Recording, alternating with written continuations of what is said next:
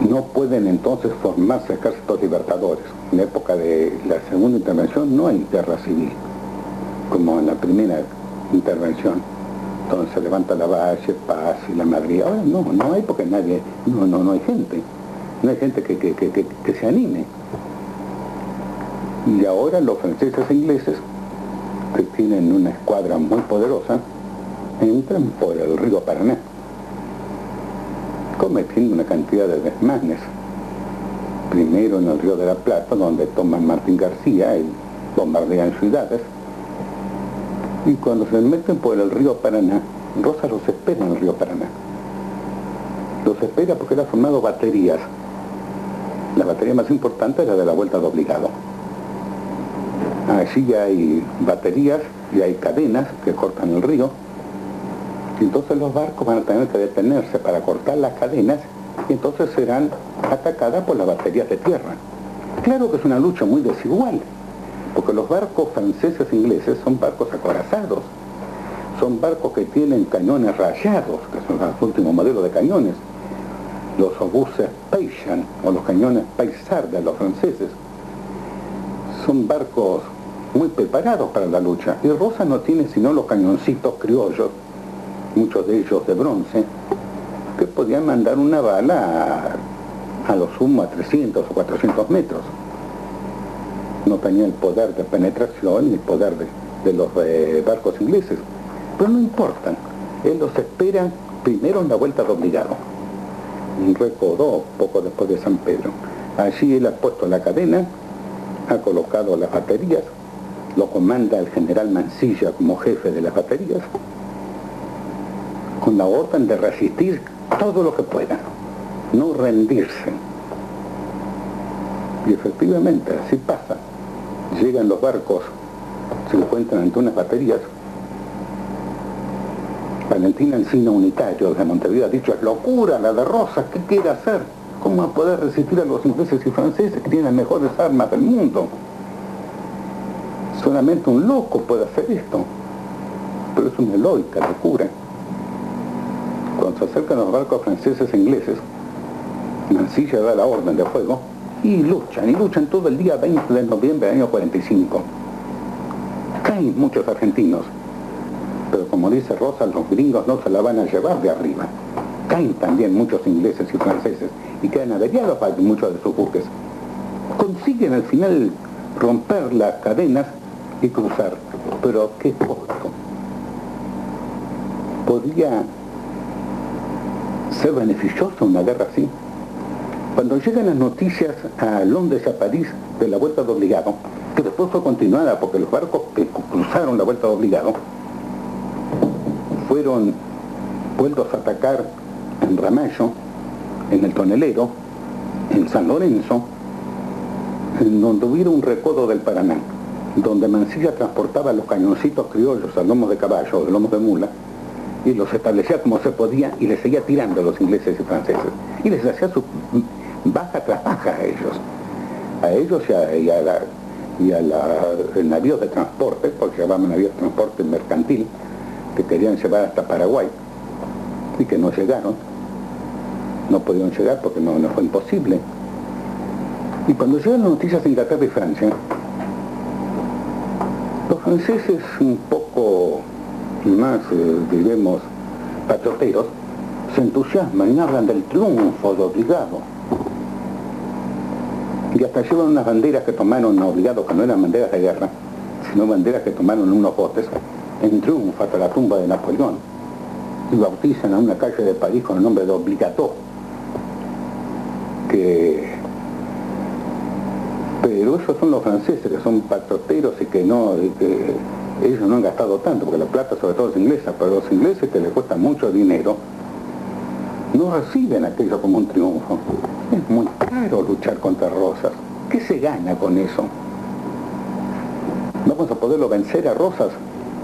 Y acá se oye la voz de San Martín, que el viejo estaba en Francia y seguía atentamente lo que pasaba en su patria. Y la Vuelta de Obligado lo ha entusiasmado. Y San Martín ha escrito a su gran amigo Guido, diciendo: me gusta la acción de Obligado. que ha demostrado que los argentinos, pocos o muchos, sin contar los elementos, somos capaces de detener a las naciones más poderosas del mundo, que han aprendido ahora que los argentinos no somos empanadas que se comen con solo abrir la boca. Y hasta explica San Martín, además de las cartas obligadas, publica en los diarios, en Bélgica, en un diario belga, pero para que lo lean, lo publica en francés, para que lo lean los franceses y lo lean los ingleses, la opinión del mejor general argentino sobre las ventajas que pueden sacar Inglaterra y Francia de esta guerra. ¿Qué ganan? El río. ¿Para qué le sirve el río? Sirve, diremos, para navegar, pero si Rosas a cada momento va a poner cañones, va a poner cadenas, no sirve ni para navegar. ¿Pueden acaso tomar posiciones fuera del río? Imposible. Si quisieran, tal vez podrían tomar Buenos Aires. Con bombardear Buenos Aires, causar una masacre tremenda, donde morirían muchos habitantes de Buenos Aires que son franceses o ingleses, se apoderarían de Buenos Aires. Pero ¿cómo la mantienen? Porque Buenos Aires es una ciudad que tiene cerca de 100.000 habitantes en aquella época, una ciudad que produce alimentos. ¿Lo van a sacar de la pampa? No, Rosa, con retirarlas el ganado un poco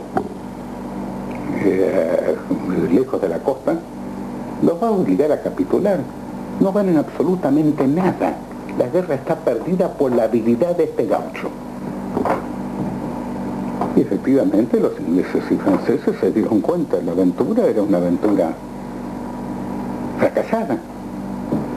Ellos creyeron que todo se arreglaba a cañonazos, pero se les demostró que los argentinos sabían morir también, y podían morir, y que podían ganar la guerra. Podían ganar, vos estabas seguro que la ganaba. Cuando el primer ministro, los dos primeros ministros francés e inglés que vinieron a Buenos Aires, Lord Howden y el conde Walewski, dos altas autoridades diplomáticas, porque los franceses e ingleses, después de haber querido amedrentar, como ellos decían, a Rosas con una expedición naval de gran importancia, ahora van a hacer una expedición diplomática, dos grandes diplomáticos, para embarullarlo este gaucho bruto, que todos los diarios decían que era un gaucho sin mayores letras, que su único prestigio era porque sabía andar a caballo, porque sabía bolear bien. Y Rosas se entiende con Howden y con Walewski y les plantea la paz. Podemos hacer la paz. Al fin y al cabo, entre Inglaterra y Francia y nosotros no hay una guerra nacional, es una guerra comercial. Ustedes quieren una guerra para ganar ventajas. Bueno, yo no les voy a dar las ventajas que ustedes pretendían, pero algo pueden sacar. Muy bien, te modificaría la ley de aduana. No, la ley de aduana no se toca. La ley de aduana es en beneficio de las industrias argentinas, industria manufacturera, pero eso no se toca. Yo lo único que les puedo permitir a ustedes es tratarlos como una nación amiga, pero sujeta a las leyes de todas las demás naciones. No habrá ventaja para Inglaterra y Francia. No solamente habrá ventaja, sino que Inglaterra y Francia se van a retirar de Montevideo, porque están apoderados por la fuerza de Montevideo. Lo han echado al presidente uruguayo, al general Oribe, y han puesto a un títere, a Rivera. Bueno, eso tiene que desaparecer. Tiene que volver Oribe a Buenos Aires, a Montevideo. Pero caramba, si Oribe vuelve a Montevideo, Oribe es capaz de incorporar al Uruguay a la Argentina. Eso pregúntenselo ustedes a Oribe. Si lo quiere hacer, y ustedes se meten y yo me meto. No se podía tratar con un hombre así. Esta es la paz. Pero hay algo más. Ustedes han hecho una guerra injusta.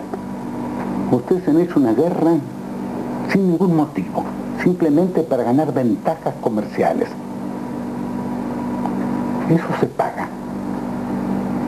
Eso tienen que pagarlo.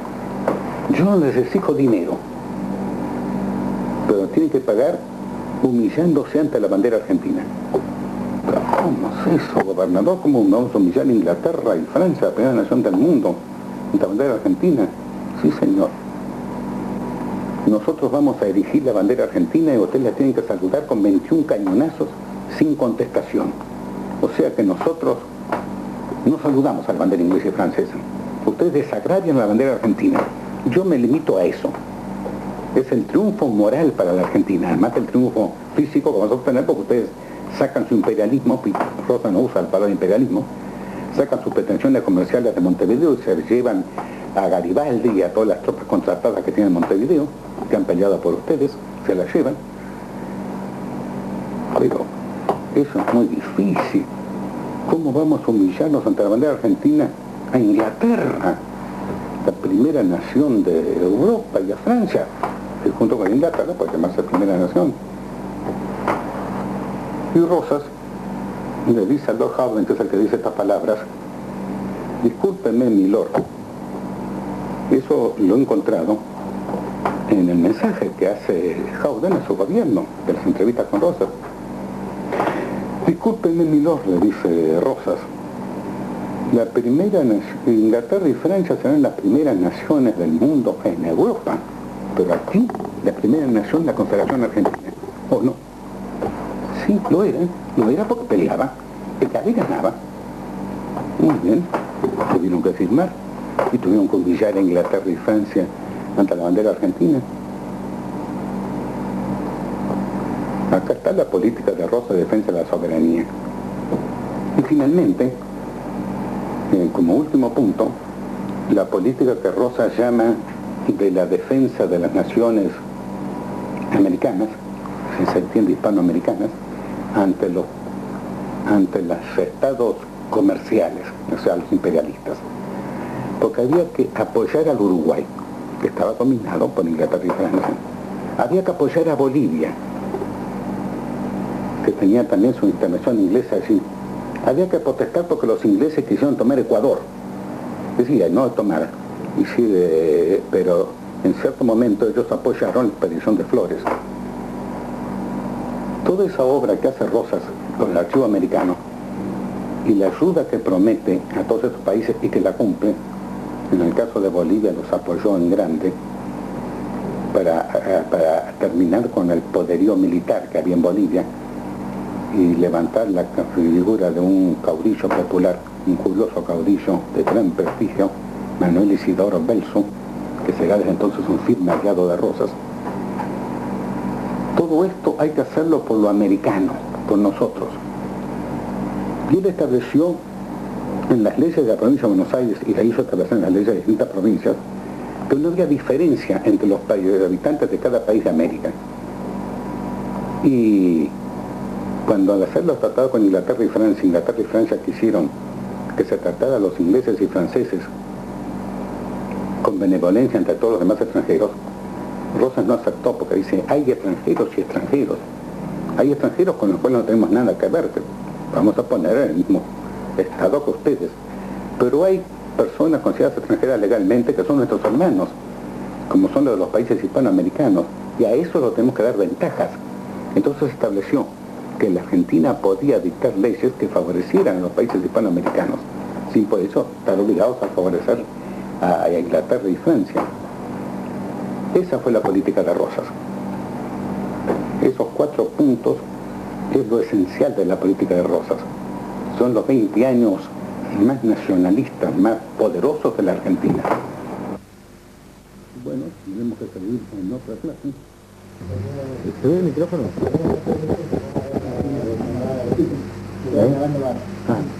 Pero para que lo puedan ver. Sí, sí, ya pude.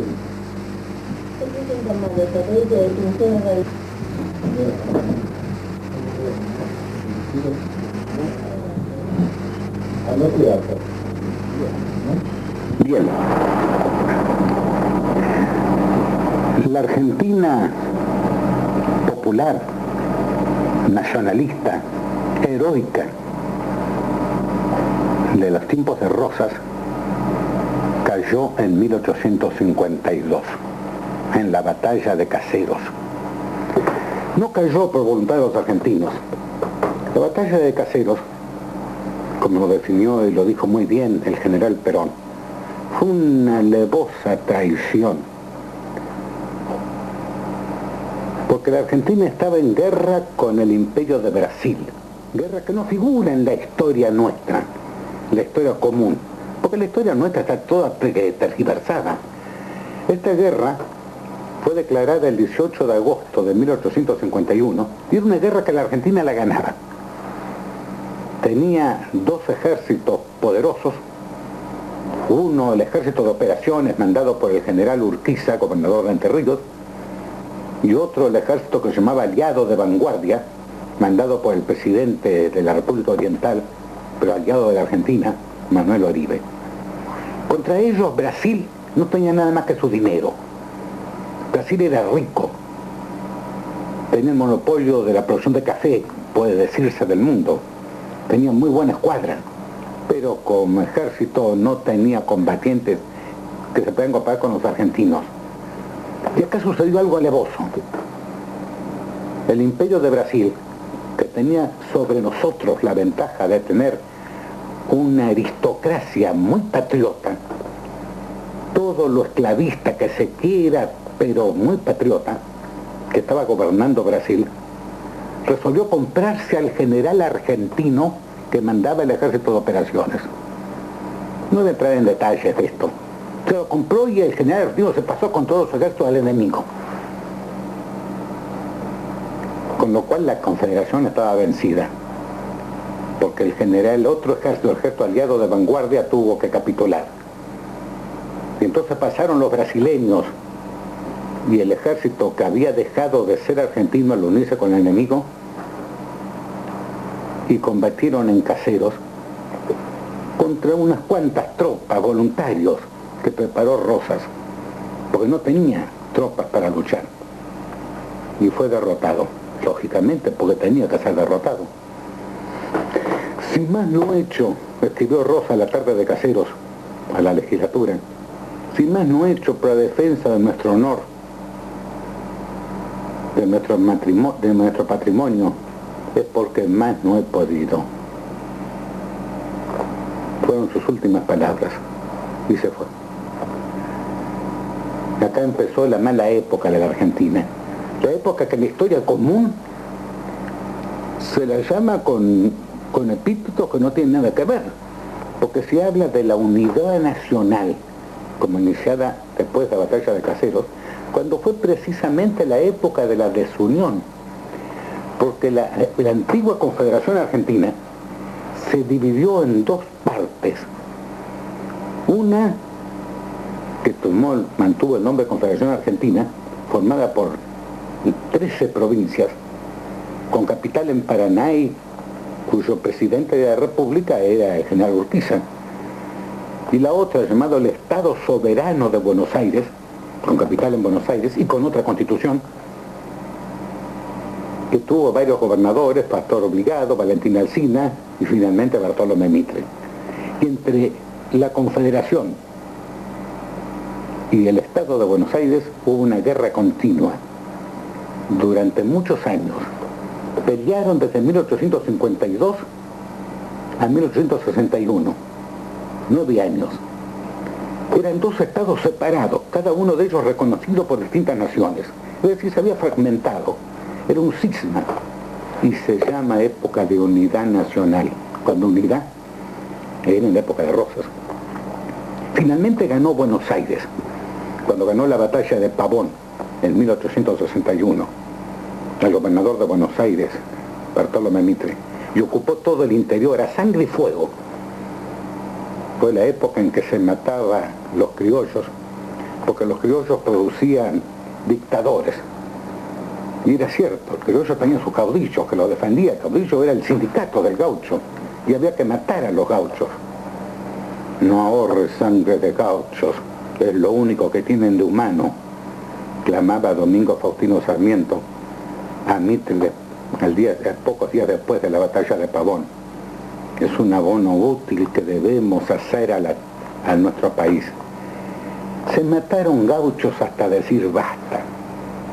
Esta época, la época de la ocupación del interior, la época que motiva el levantamiento del Chacho, el levantamiento más tarde de Felipe Varela, de Sá, de tantos otros caudillos, meros representantes de una Argentina que desgraciadamente se iba, una Argentina en la cual se sacrificaba a toda esa gente, se quería hacer una nueva Argentina, una Argentina sin argentinos, una Argentina sin gauchos, porque eso eran malos elementos.